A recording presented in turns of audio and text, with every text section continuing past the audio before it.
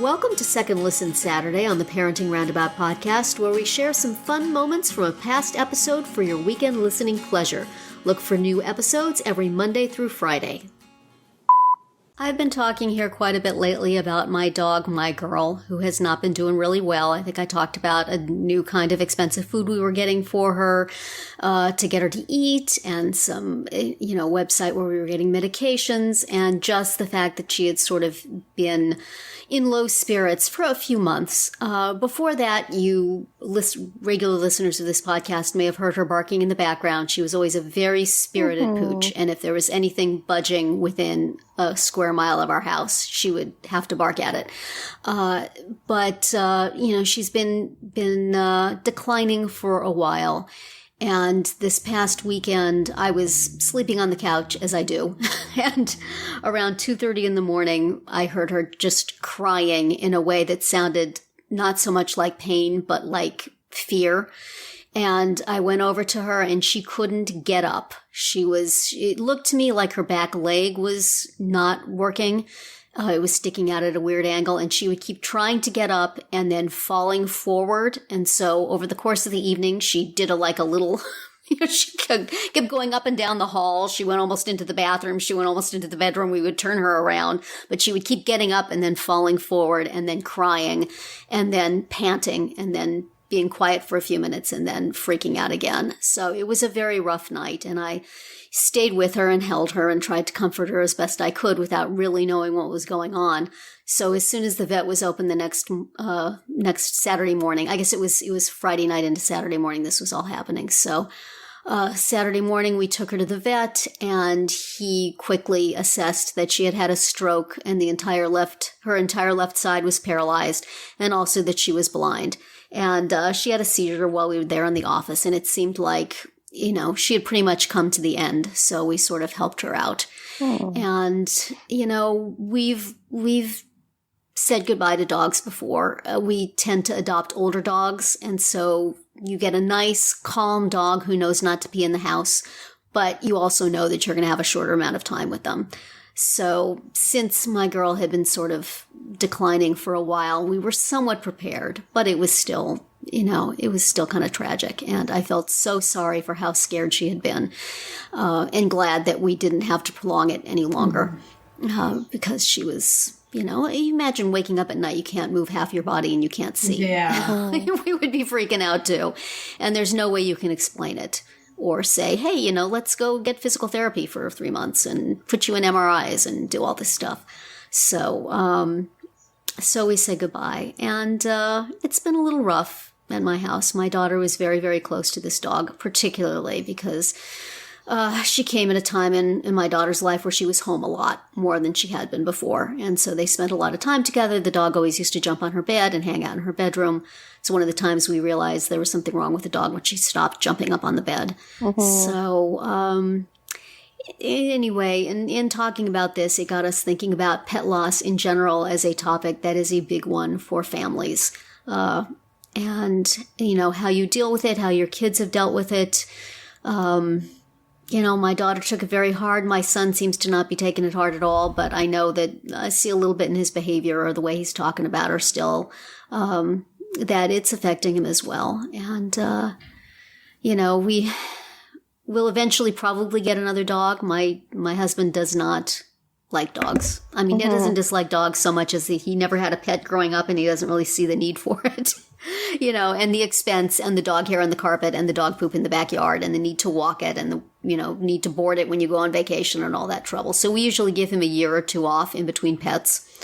So we'll be dogless and enjoying the lack of responsibility for a little while. But what have you guys' experiences been with losing pets? I know you both have dogs. Have you had any dogs pass away while your kids have been young? And how did you all handle that? And let's start talking about that. Catherine, how has your dog situation been? Yeah, we had, before the two that we have now who are, they've been on the podcast before because they are loud. Yeah. We never got our day of having them all bark at each other through the internet. Well, we my husband and I had I never had dogs when I was growing up. Had some cats when I was very, very young, but I don't even remember them. So by the time we get to where I remember things, my brother had a lot of allergies, and fur was not welcome in our house. So we never had any. And then when my husband and I were together, pretty soon after we got engaged, I think. Anyway, we adopted a dog together, and from actually the Bergen County Animal Shelter that's right there. Was that in Oakland? Teterboro? The one in Oakland? Oh, okay. I think. So I got my cat when I first moved here. I got from, I think it was Bergen County Animal Shelter, but it was in Oakland. Yeah. So I feel like this was in Teterboro, and maybe it wasn't Bergen County, but it was. Anyway, could have been. So we went together and picked her out at the shelter, and so we had her before we were married, before we had kids, but then my daughter was born, and I've showed you guys the picture of my daughter as a baby and this dog both on the floor, kind of propped up on their elbows, chewing toys. So we had her for 13 and a half years. And she had been, maybe a year or two old when we got her. So, we had her for a good long time. And the kids were, my daughter was like 11 or so by the time she passed away, that dog. And so both my kids were, pretty close to her, although they would, especially a few years before she died. So she was getting up there, but she wasn't, right on the edge yet.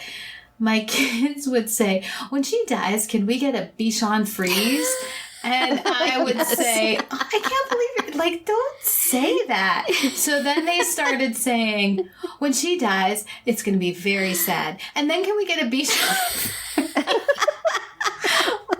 No, stop it. Makes you wonder what they think about you. Well, we like Mom quite a lot, but when she goes, maybe Dad can marry this movie star. So when it finally got to the point where we knew it had to be done, I remember she couldn't really go upstairs anymore, so she was sleeping downstairs. So that the last night, my kids slept downstairs. They put up a tent in the living room, and they slept downstairs so that they could be by her. I don't know why no one carried her upstairs. That could have been done, but anyway, so that was their kind of thing that they did, and so that was sweet. And she was a good girl, because that was for both of them their first dog, and they never knew a time without her. So, and then we waited probably 6 months or so.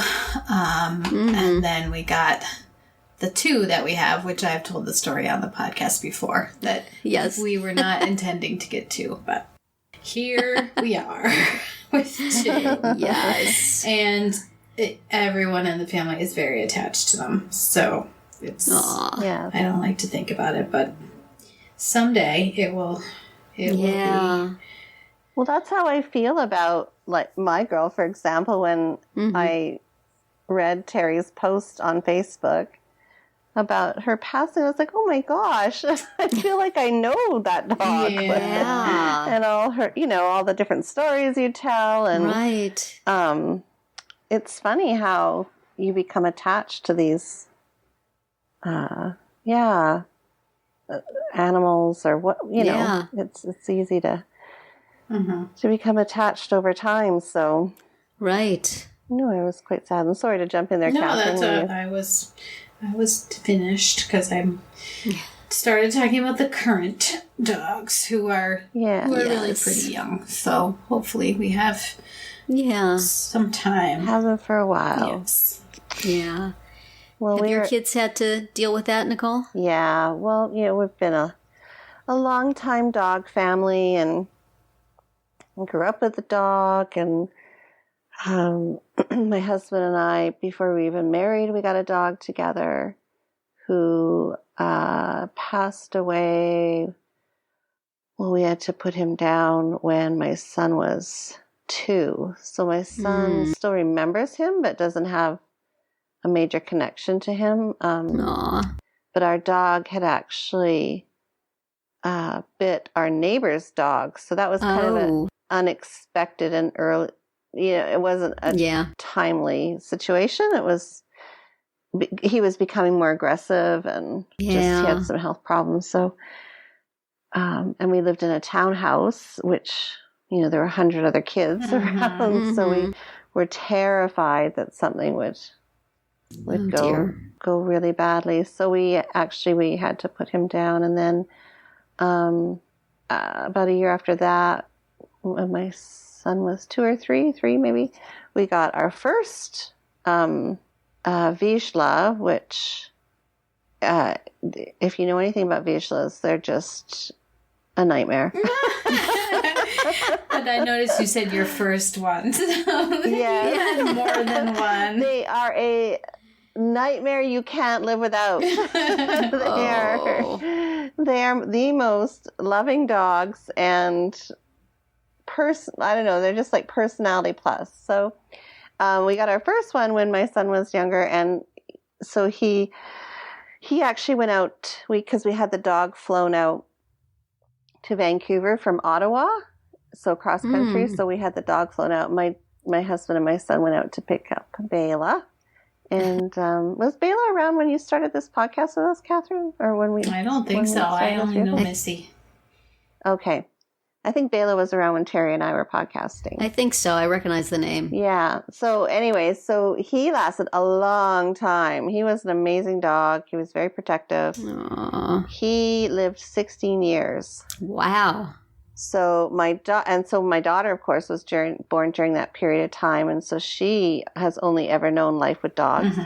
Yeah. And so when he was 16, he kind of the same thing as Terri, like his legs started to go, or sorry, not Terri, as Terri's dog. Right.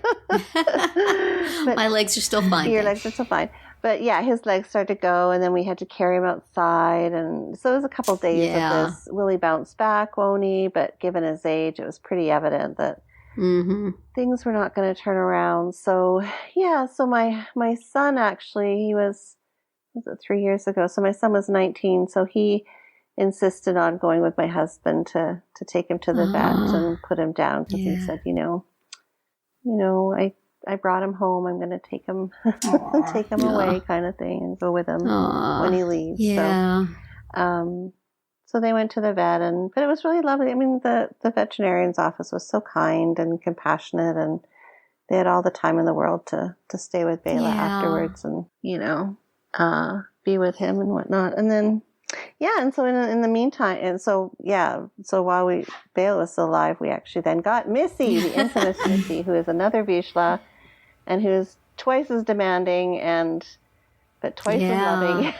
And so we all dread. We just see that she is right now. She knows I'm talking about her. What you talking about, guys?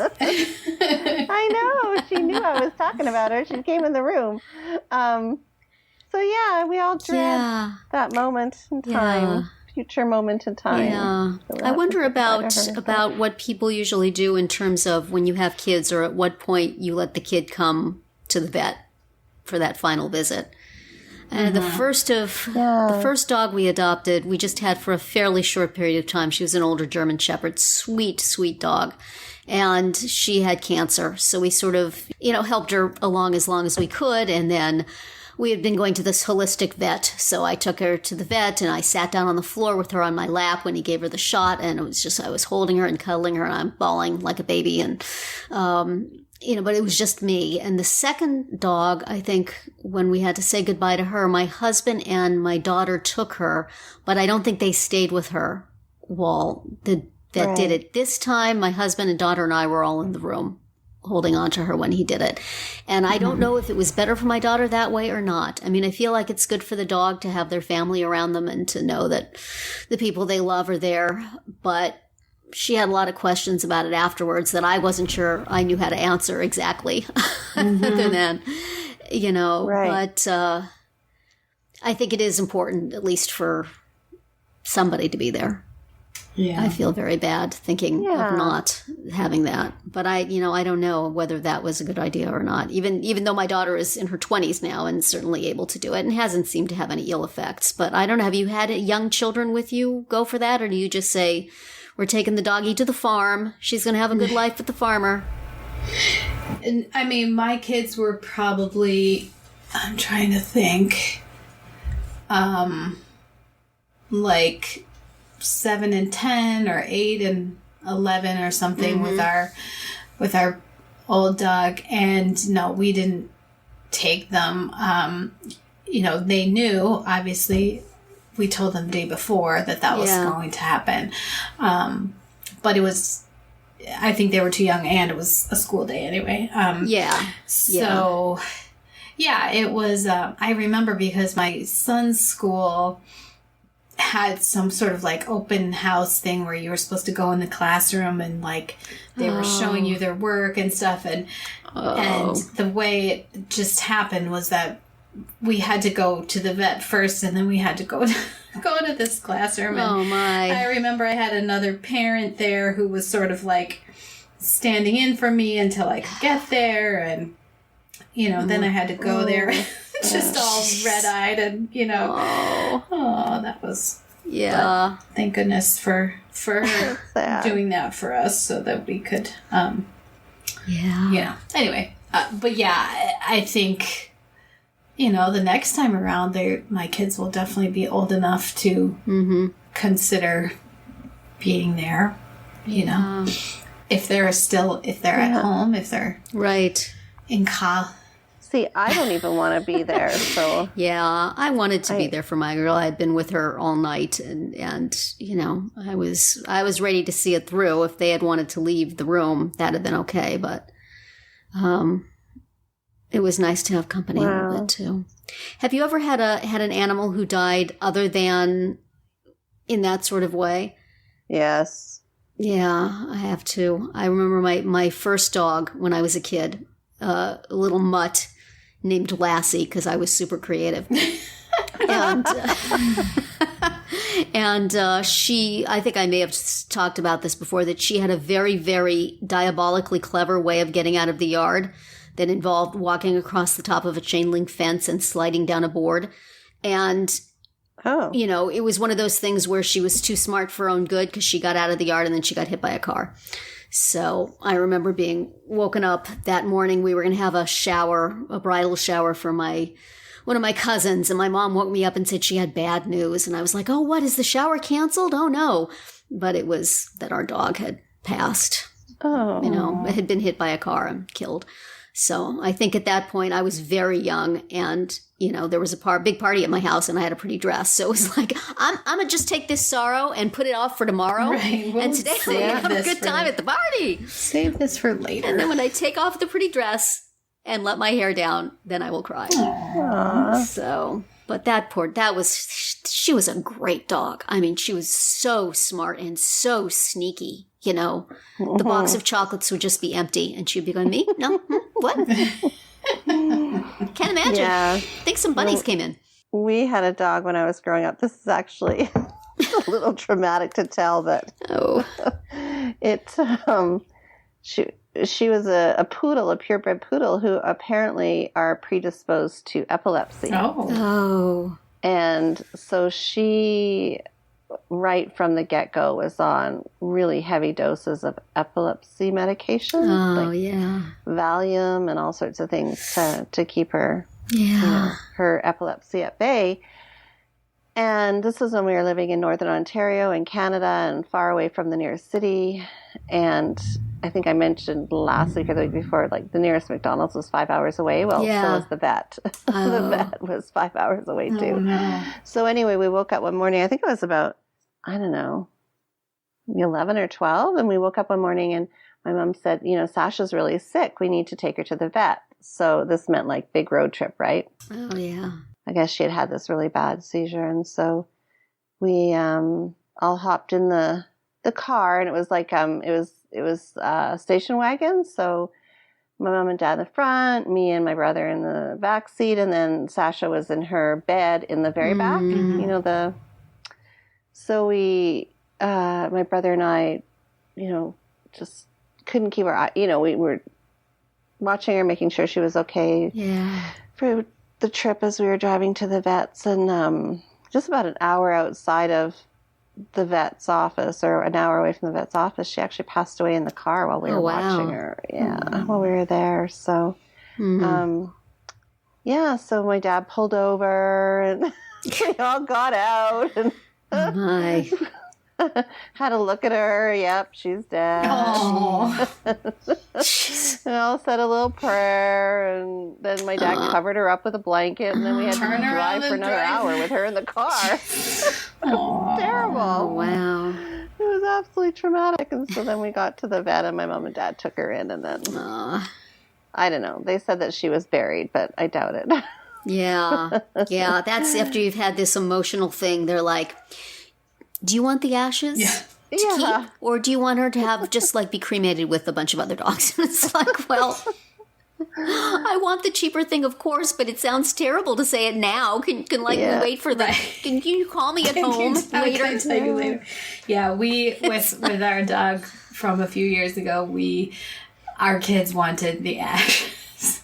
So, because my husband and I were like, what are we going to do with them? Like, just... you know, so, but they insisted. So now we have an urn, and we have... Oh my. Yes. I mean, I did ask my daughter, because she is very emotional about everything, but I think at that point it's like, you know, I'm in love with the cuddly, sweet, furry thing. A box of ashes ain't It's gonna not do it for going to me. do So, it. Right. why would I want that? Right. But, you know, have you guys had any like family rules or thoughts about how far do you go in medical care for a dog? I know I had some friends growing up whose dog had diabetes, and they were constantly giving her medications and it was very, very complicated to manage it. This would have been like in the 60s and 70s, so it may have gotten easier now. And, you know, the tacit understanding at my house was, we wouldn't do that. And, you know, as I say, we had this dog who had cancer, was diagnosed shortly after we had adopted her from the shelter. And it's like, we loved her. She was a sweet dog, but we couldn't see putting her through all the treatments, and we couldn't see putting ourselves through all the expense. So we did go to a holistic vet who put her on a special diet, and she lived longer than she would have.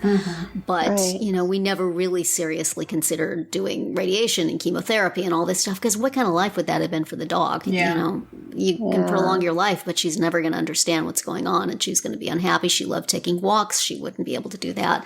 So do you have like a line that you don't cross as a family, and just please, please, please hope my dog doesn't get sick in a way that I can do something about for a lot of money?